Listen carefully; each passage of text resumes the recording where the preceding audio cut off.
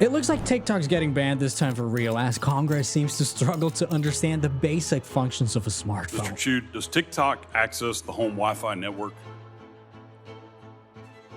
Only if the user turns on the Wi-Fi. I'm sorry, I may not understand the... So if I have a TikTok app on my phone and my phone is on my home Wi-Fi network, does TikTok access that network? You will have to access the network to get connections to the internet, if that's the question. But can they really do it? I mean, technically speaking, if you're a TikToker, what should you actually do right now in this situation to not lose your audience and your hard-earned work? Should you maybe even switch over to Instagram or YouTube? Well, first, let's talk about how a ban could or would work. And throughout the past years, there's been a few instances of apps actually getting banned in a country, like, guess what?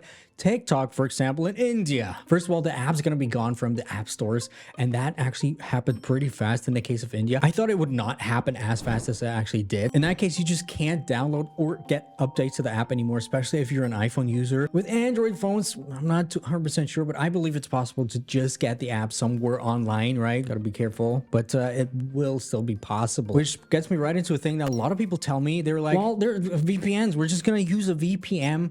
We're just gonna use a VPN to access TikTok, right? Because VPNs always work, according to lots of YouTubers. But here's the thing, in this case, the chances are pretty high that it's actually not going to work, because if you've noticed before, your actual physical location matters a lot on TikTok. And yeah, just trying to access the app with a VPN is not going to do anything, because the main thing, and we can see this actually in India, they actually look at your SIM card region, right? What country, what region your SIM card is actually from, and only then at the location of your IP. So let's say it's going to be banned in the US. One way to circumnavigate this whole thing would be either to get a, for example, UK-based SIM card, for example, or to actually physically remove your SIM and only access the app then with a VPN, because the second thing they look at is internet location, if you will. By the way, we've done this a lot with clients who wanted to target US-based markets, for example, but they are located in Europe. Physically removing the SIM card while also going into the app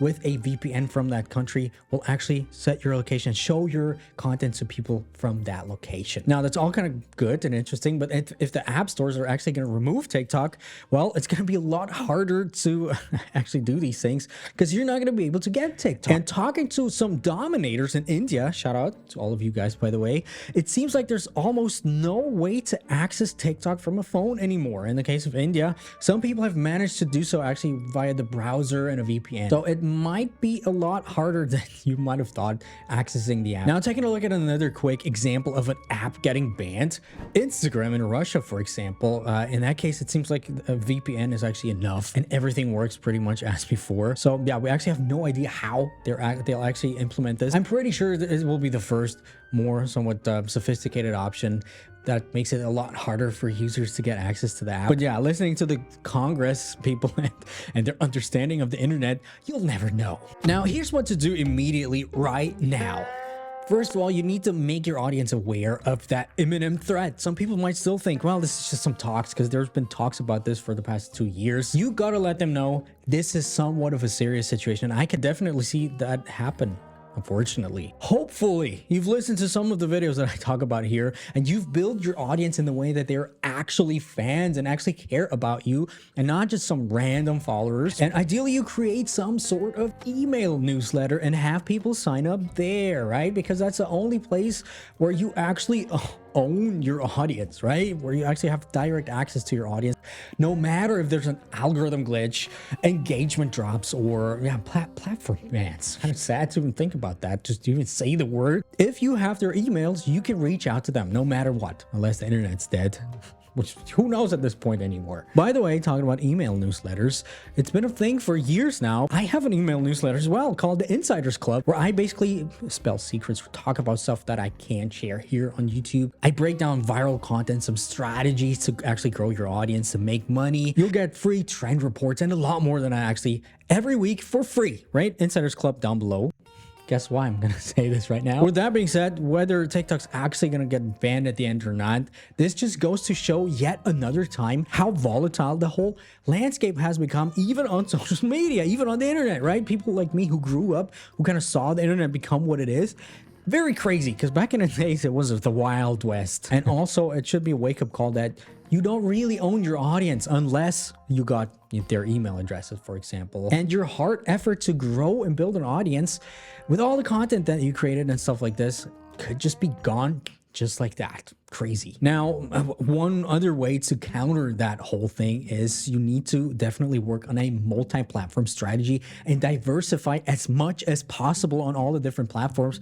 All of the students of my mentorship program, by the way, where you can work with me personally, my whole team, we're going to help you create your content strategy, steering the ship in the right direction. You can actually apply now. We're going to start another round pretty soon. Very limited, by the way. But all of them, they need to post all of their video content, at least on all the 3 major platforms, right? It has multiple reasons, but this actually being one of them. Now, another thing that's actually gonna happen, I almost can guarantee you that once the ban is in place, right?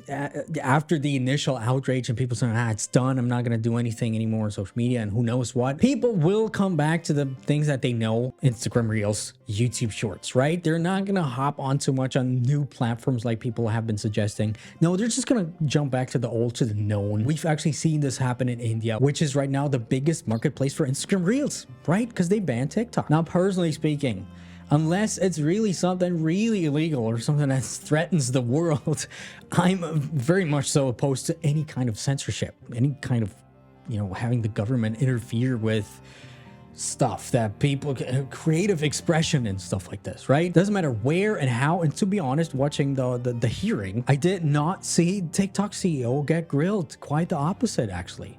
I don't know what you think about it. What's interesting, though, is that all these big name news companies use pretty much the same wording throughout their articles. Where did we see that before? The sharing of biased and false news has become all too common on social media. More alarming, some media outlets publish these same fake stories without checking facts first. The sharing of biased and false news has become all too common on social media. More alarming, and this is extremely dangerous to our democracy.